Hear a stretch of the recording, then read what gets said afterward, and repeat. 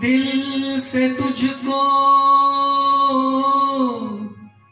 बेदिली है, मुझको है दिल का गुरूर।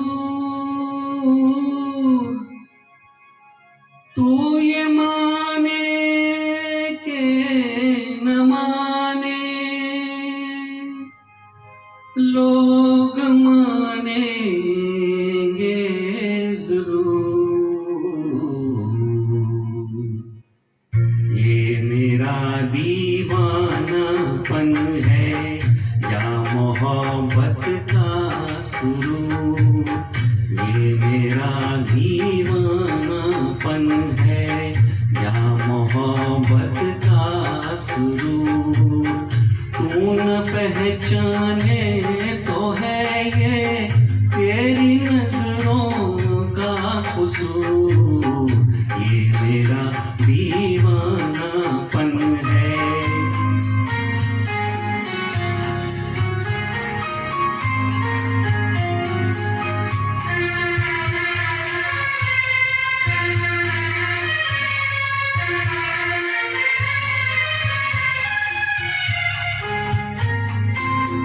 दिल को तेरी ही तमन्ना, दिल को है तुझसे ही प्यार। दिल को तेरी ही तमन्ना, दिल को है तुझसे ही प्यार। चाहे तू आए न आए, हम करेंगे इंतजार। ये मेरा दीवानापन है या मोहब्बत का सुरूर। तू न पहचाने तो है ये तेरी नजरों का कसूर। ये मेरा दीवानापन है।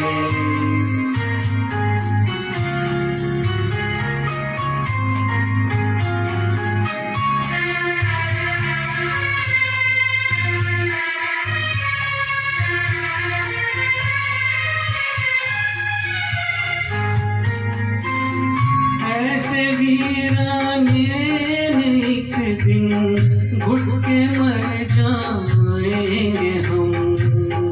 ऐसे वीराने एक दिन घुट के मर जाएंगे हम।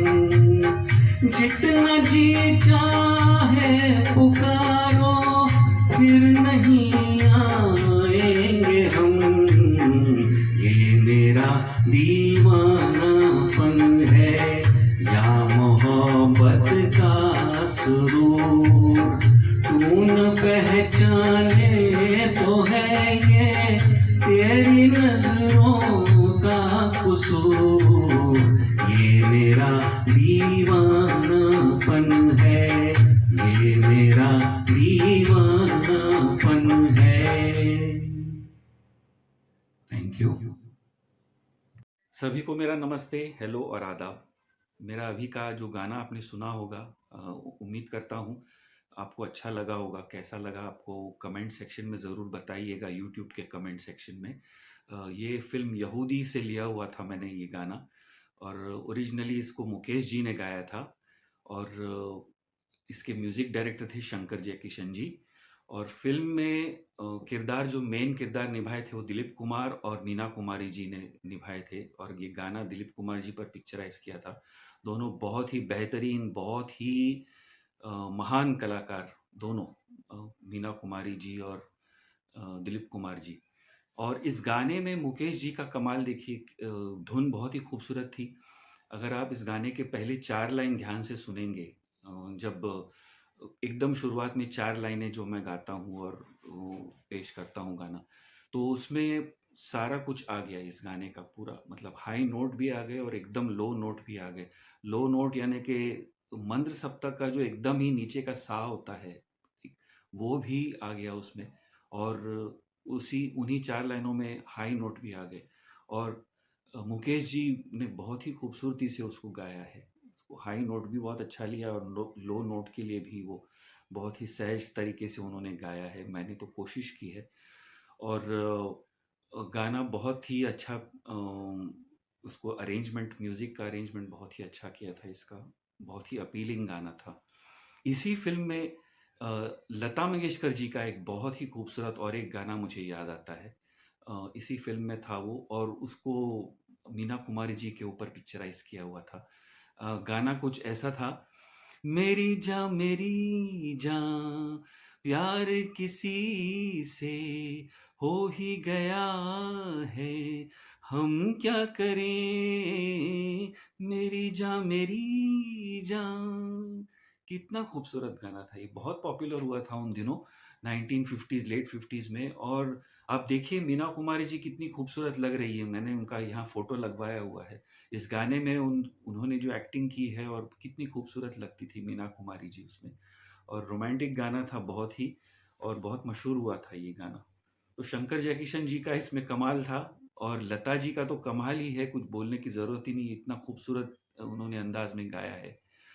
और आज मैं इस वीडियो में जिनके बारे में बात करना चाहता हूँ, मैं सोच रहा हूँ दिलीप कुमार जी के बारे में कुछ बातें करूँ। दिलीप कुमार जी इतनी महान हस्ती, इतने महान कलाकार, एक बहुत ही बड़ी शख्सियत वाले इंसान, सभी लोग जानते हैं। पूरी हिंदी फिल्म इंडस्ट्री में उनको गॉडफादर के नाम से जानते हैं।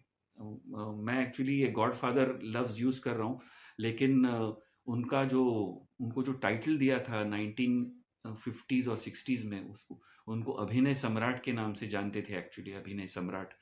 और ट्रेजेडी किंग के नाम से भी जानते थे, क्योंकि वो जिस तरह के रोल्स करते थे, वैरायटी ऑफ रोल्स किए उन्होंने। तो शुरुआत में 1950s में बहुत ही संजीदा किस्म के रोल्स किया करते थे, सीरियस टाइप के रोल्स के लिए बहुत माहिर हुए थे, तो ट्रेजेडी किंग के नाम से वो मशहूर हुए थे। लेकिन आप सबको पता है कि दिलीप कुमार जी जैसे एक्टर कहीं मिलते ही नहीं है, बिल्कुल, मतलब बनेंगे ही नहीं ऐसे एक्टर, इतने नेचुरल एक्टर थे। और हिंदुस्तान का ये अच्छा नसीब है, हमारा बहुत ही अच्छा नसीब है कि हमको इतने महान एक्टर, महान कलाकार हमें नसीब हुए देखने के लिए। उन्होंने अपने 50 साल से ज़्यादा करियर में बहुत ज़्यादा फ़िल्मों में काम नहीं किया। मेरे ख़्याल में एज़ हीरो उन्होंने तकरीबन 60 फ़िल्मों में काम किया एज़ हीरो। लेकिन हर फ़िल्म में उन्होंने अपना छाप छोड़ दिया। और उनकी एक्टिंग के बारे में क्या कहूँ मैं, यानी कि जब अगर आप उनके लेट 1940s, उनके वैसे मैं कहूँ कि 1944 में उन्होंने पहले एक फ़िल्म ज्वार भाटा करके आई थी, उसमें उन्होंने एज़ हीरो करके काम किया था। उनकी वो पहली फ़िल्म थी 1944 में, लेकिन वो ज़्यादा चली नहीं। फिर बाद में कुछ फ़िल्में उनको मिली, लेकिन पहली उनकी सुपरहिट फ़िल्म जो आई, वो 1947 में आई। फ़िल्म का नाम था जुगनू। और जुगनू में उनको, उनके साथ जिन्होंने काम किया, वो बहुत ही फ़ेमस नूरजहाँ एक्ट्रेस थी, नूरजहाँ, जो बाद में पाकिस्तान में शिफ्ट हो गई। तो वो उनकी हीरोइन थी उसमें, फ़िल्म में, सुपरहिट हो गया फ़िल्म। उसके बाद अंदाज़ फ़िल्म आई थी 1949 में, वो भी बहुत हिट हो गई। 1947-49 में 2-3 उनके सुपरहिट फ़िल्में आई, नदिया के पार मेरे ख़्याल में एक फ़िल्म थी। अंदाज़ फ़िल्म में उन्होंने राज कपूर और नरगिस जी के साथ काम किया था, और वो 1949 में आई, और वो उस साल की टॉप ग्रॉसर थी। तो उसके बाद तो आप देखिए कि एक के बाद एक उनके सुपरहिट फ़िल्में आते गए, और 1950s और 60s का दशक दिलीप कुमार जी का ही था मेरे ख़्याल में। और पूरी इंडस्ट्री अ, उसके बाद, उनके आने के बाद, जब वो बहुत ही मशहूर हो गए, तो हर कोई फ़िल्म इंडस्ट्री में, हिंदी फ़िल्म इंडस्ट्री में उनको किसी न किसी तरह उनसे प्रभावित हुए थे, और उनकी एक्टिंग को कॉपी भी करने को देखते थे। वो नेचुरल एक्टिंग, जिसको मेथड एक्टिंग कहते थे, बहुत सहज तरीके से करते थे, और उनको उनका एक्टिंग या उनका जो भी है डायलॉग डिलीवरी, उनको देखने में बहुत मज़ा आता था। और ब्लैक एंड व्हाइट फ़िल्म होने के बावजूद भी इतना उन्होंने अच्छा काम किया, और कितने अलग-अलग तरीके के रोल किए उन्होंने।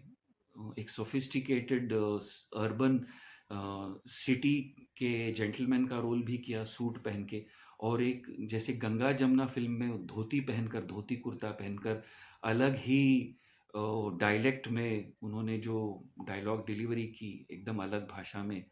और एक गाँव के अनपढ़ कैरेक्टर का रोल उन्होंने किस किस खूबी से निभाया, ये तो सभी जानते हैं। बहुत से हर फ़िल्म में उन्होंने अपना छाप छोड़ा है और अ, उनका एक रिकॉर्ड रहा है दिलीप कुमार जी का, मैं जहाँ तक जानता हूँ कि सबसे ज़्यादा सुपरहिट फ़िल्में उन्होंने उनके करियर के जो 1950s और 60s का दौर था, उस दौर में उन्होंने सबसे ज़्यादा टॉप ग्रॉसिंग फ़िल्में जिसको कहते हैं, कमर्शियली जो सक्सेसफुल, वो फ़िल्में दिलीप कुमार ने दी थी। और उनका एक रिकॉर्ड था कि 1953 या 54 से लेट 60s तक, हर साल में उनका एक कम से कम एक फ़िल्म टॉप ग्रॉसर था उस साल का।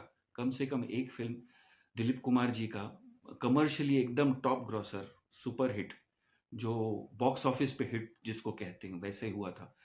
और अवार्ड्स के मामले में भी अगर कहा जाए तो उनका एक रिकॉर्ड है, फ़िल्म फेयर अवार्ड्स, उनको सबसे ज़्यादा फ़िल्म फेयर अवार्ड्स से नवाज़ा गया है उनको। और उसके बाद उनको दादा साहेब फाल्के अवार्ड दिया गया, पद्म भूषण दिया गया, पद्म विभूषण दिया गया, इतने सारे अवार्ड। इसमें भी उनका एक रिकॉर्ड है, एक गिनेस बुक का रिकॉर्ड है कि जितने अवार्ड्स दिलीप कुमार जी को मिले उनके लाइफ टाइम में, किसी एक्टर को नहीं मिले हैं। लेकिन इसके बाद मैं ये भी कहना चाहूँगा कि वो इतनी बड़ी शख्सियत थी दिलीप कुमार, इतनी बड़ी हस्ती थी कि वो किसी भी अवार्ड के या रिवॉर्ड के मोहताज नहीं थे। बिल्कुल, उनको अगर उनको कोई अवार्ड देते थे हम, उनको कोई अवार्ड देना मतलब उस अवार्ड की शान बढ़ाना था। ऐसे हो जाता था कि अवार्ड की शान बढ़ गई। ऐसे शख्सियत वाले महान कलाकार दिलीप कुमार जी थे। जी हाँ, अब मैं सोचता हूँ मैंने काफ़ी बातें की दिलीप कुमार जी के बारे में, बहुत कुछ और बातें कर सकते हैं।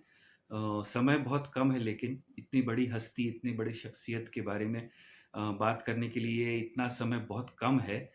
तो मैं अगले हफ्ते ऐसे ही एक गाना लेकर आऊँगा और कुछ बातें करूँगा आपसे और उम्मीद करता हूँ आप अगले हफ्ते भी मेरा चैनल पर ट्यून रहेंगे और हमेशा मेरे गाने सुनते रहेंगे। अब मैं मेरे रेगुलर 2 सब्सक्राइबर्स के बारे में बातचीत करना चाहता हूँ। Today, among the two persons that I would like to acknowledge among my subscribers, the first one is Mrs. Lata Kalambi. Lata Kalambi, who also happens to be my cousin sister. So I call her Lataka, being my cousin sister, and she's elder to me.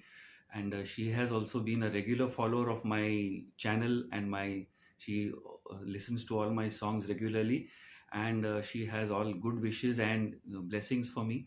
So Lataka, I thank you so much. Today I acknowledge your support and your encouragement that you give regularly to me, and you enjoy my songs. So thank you so much for following me and my channel, and I am sure you will keep following and listening to my songs and give your heartfelt wishes and blessings to me in future too. Thank you, Lataka, so much. The second person I would like to acknowledge and thank today is Mrs. Archana Mavin Kurve. Archana, hi, thank you. Archana Mavin Kurve is also one of my regular followers of my channel, and she's a regular subscriber also. She posts her comments on YouTube regularly, and she has very generous comments for me.